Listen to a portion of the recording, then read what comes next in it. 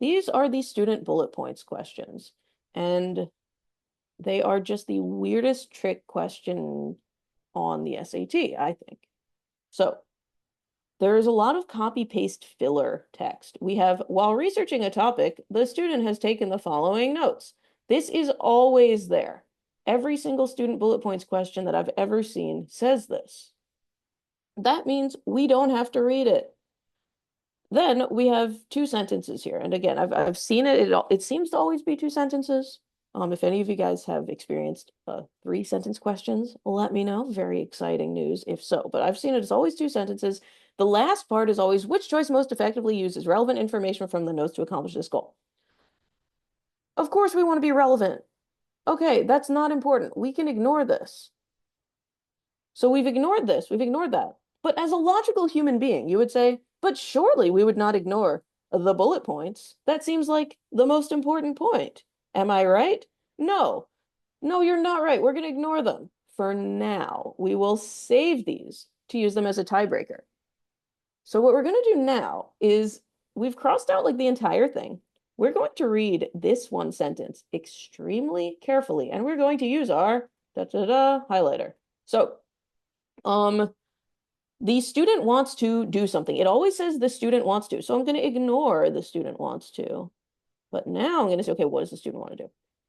So keywords. The student wants to present the primary aim. Actually, I'll say maybe just, yeah, I'll say aim of the research. Okay, the only word I'm highlighting there is aim.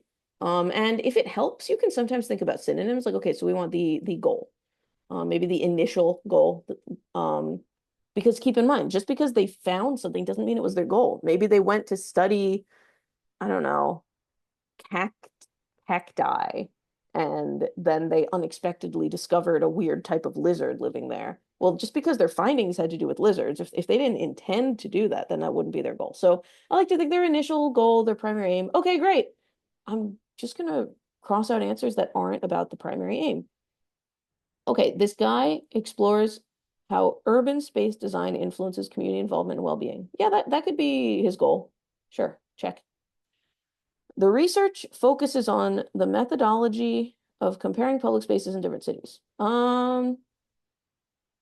I didn't totally nail it on writing this specific question, to be fair, because I just really am excited about urban design, and I was just thinking about streets. But yeah, okay, the methodology, that's probably not really right. No.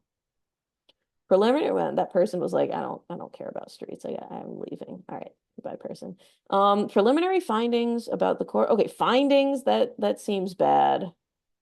The research critiques current city planning documents and policies.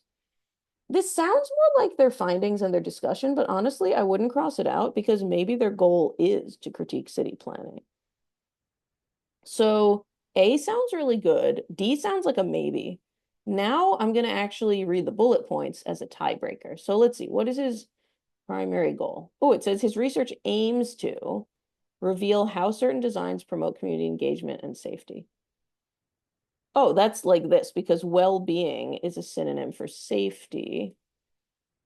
Community involvement is a synonym for community engagement. And then design is design. So yeah, okay, this basically every word maps onto what we read. The answer is definitely A.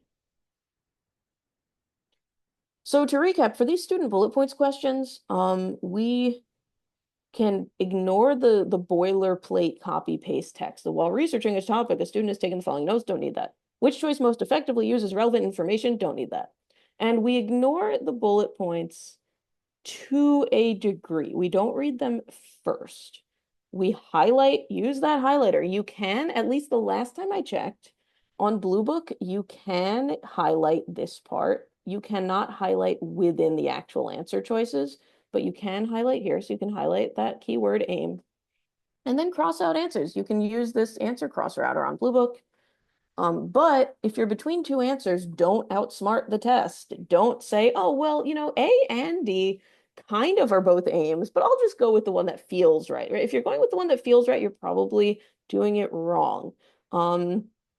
Because it's all very, like, it's almost scientific the way that these are set up. So then we read the bullet points, we find our answer. and we're happy.